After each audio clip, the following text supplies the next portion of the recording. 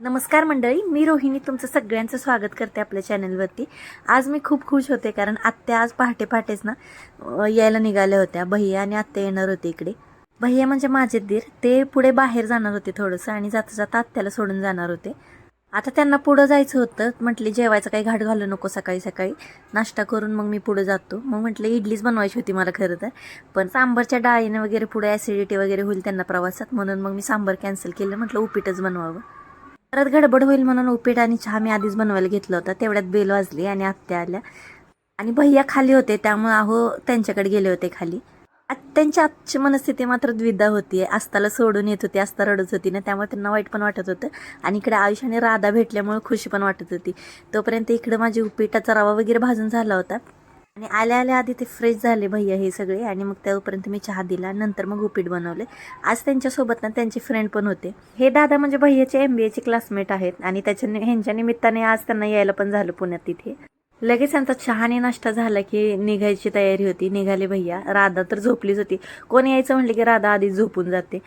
मग राधाला भेटले, आयुषला भेटले आणि आता ते निघाले परत। रिटर्न जाताना भैया येणार आहेत, आता त्यांना गडबड आहे, त्यांचे फ्रेंड पण वाट बघतात आहे, त्यामुळे ते पटकन निघाले। आता त्यांना खाली सोडायला आणि आयुष पण गेलं होतं।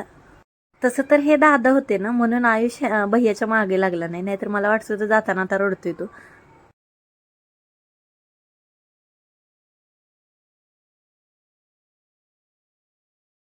अजून एक गमतीशीर गोष्ट सांगू का? आयुष ना भैयांना पप्पा म्हणतो आणि आहूंना काका म्हणतो। म्हणजे आरव आणि आस्था जसं यांना काका आणि भैयाला पप्पा म्हणतात ना, सेम तसंच आयुष पण म्हणतोय। मला पण काकीच म्हणत होता, पण सारखं बोलून बोलून ना तो आता मला मम्मा म्हणायला लागलाय। आता भैया गेल्यानंतर मी आणि आत्याने निवांत नाश्ता केला। नाश्ता करून जरा निवांत गप्पा मारल्या आणि त्याच्यानंतर मग मी स्वयंपाकाला लागले होते। मग आत्या म्हणल्या दे तोपर्यंत मी भाजी नीट करते। आज आत्या आलेत म्हणून स्पेशल काय बनवणार माहितीये का? मी पालकाचा गरगट्टा बनवणार आहे। आता आमच्याकडे गरगट्टा म्हणतात, प्रत्येक ठिकाणी वेगवेगळे नावं असतील, तुमच्याकडे काय म्हणतात ते मला नक्की सांगा। आत्यांना ज्वारीची भाकरी आणि पालकाचा गरगट्टा आवडतो, म्हणून आज मी स्पेशल त्यांच्यासाठी हा घाट घातला होता। आणि इकडं आयुष त्याच्या मित्रांना चॉकलेट वाटत होता, जे की बाबांनी त्याला इकडे येताना दिले होते।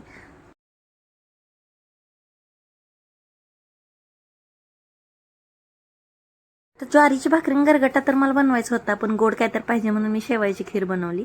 आत्याने येताना दूध पण घेऊन आले होते, आधी ते दूध तापवून घेतलं खराब होईल म्हणून, आणि त्याच्यानंतर ते शेवायची खीर बनवायला लागली होती मी। तोपर्यंत आपल्या राधा मॅडम ओरडायला लागले, मग आत्याने मांडीवर घेतलं आणि मग तोपर्यंत मी इकडे तयारीला लागली स्वयंपाकाच्या। मांडीवर घेतलं ना राधा लगेच झोपते, तोपर्यंत पालक आणि तुरीची मुगाची डाळ मिक्स टाकली होती आणि अख्खे शेंगदाणे टाकले होते। आता हे चांगलं घोटून घ्यायचं आणि ह्याला फक्त लसणाचा आणि हिरवी मिरचीचा तडका द्यायचा, असं बनवतात हा गरगटा। तोपर्यंत आत्याने तिला पाळण्यात टाकलं होतं, राधा झोपली होती। आता इकडे माझा सगळा स्वयंपाक झाला होता आणि म्हटलं आत्याने काय काय आणलं, आत्या काढत होत्या। तर हा मध आहे गावाकडचा, ताई मला जातानाच घेऊन जा म्हणत होती, पण मी येताना विसरून आली होते। आणि कालचा पल्लवीताईचा व्हिडिओ बघितला असेल ना, तर त्यात बघितलं असेल तुम्ही आमच्या छोट्या असताना आरव दादानी, ताईने आणि आत्याने सगळ्यांनी मिळून एवढा वानोळा गोळा केला होता सगळा।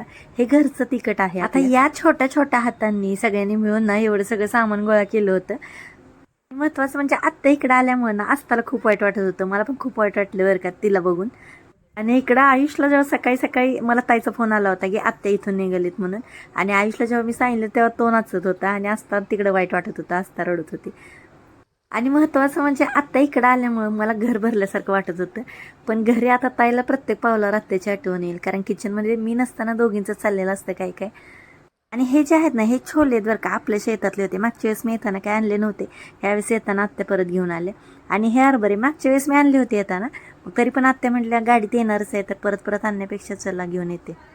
आणि हे जे आहे ते सांगोलं वांगे मामानी बाजारातून आणले होते इकडे येणार आहेत म्हणून, मग त्या येताना आत्या देनाने घेऊन आलत्या, कारण आम्हाला इकडे सांगोलं वांगी खूप आवडतात।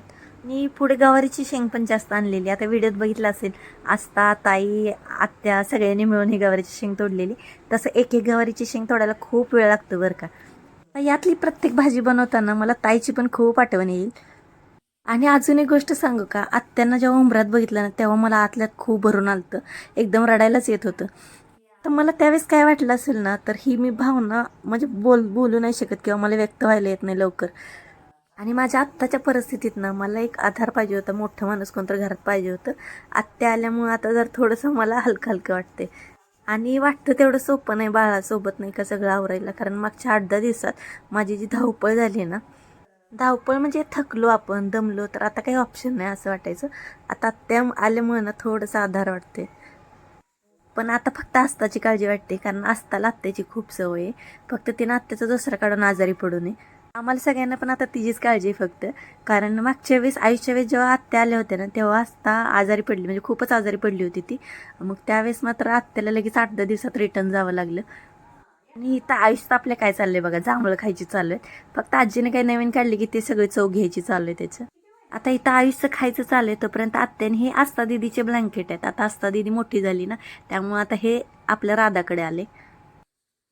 आता आत्या एवढं सगळं घेऊन आले होते. जसं मी म्हणते ना, माझं सासर नाही तर माहेर आहे. आणि या प्रत्येक वस्तू मागं ना आमच्या घरातल्या सगळ्यांचं खूप सारं प्रेम आहे. आता हे सगळं सामान बघून ना आस्था दीदी, आरव दादा आणि पल्लवीताई खूप आठवण येते बरं का तुमची.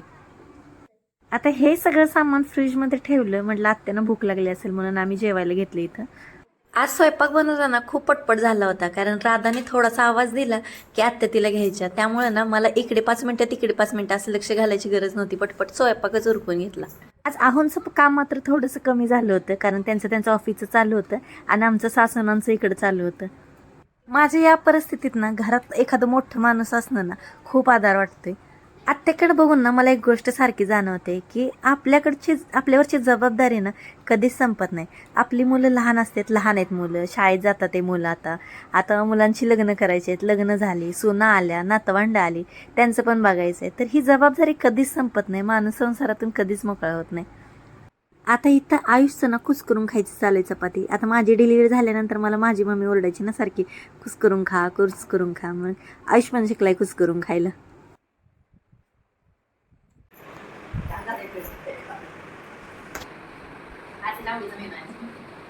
आणि आजचा मेनू तर जसं मी म्हणलं तसं सिम्पलच होता. पालकाचा गरगटा होता, ज्वारीची भाकरी, भात आणि खीर बनवली होती. सोबतच लोणचं घेतलं होतं तोंडी लावायला. आज आत्या आल्यामुळे एकदम घर भरल्याने तर वाटतच होतं, पण जेवताना खून जरा 4 घास जास्त जात होते. तर रोज कसं आहो आधी जेवण घ्यायचे, त्यांचं जेवण झाले की ते बाळाला सांभाळायचे, परत मी जेवण घ्यायचे.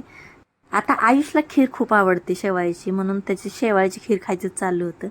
आणि अजून एक गोष्ट, आत्या आल्यामुळे ना मला खूप मोठा आधार झाल्यासारखं वाटते. तर मागच्या काही दिवस ना मी करत होते सगळं, पण थोडंसं दडपण होतं माझ्यावरती.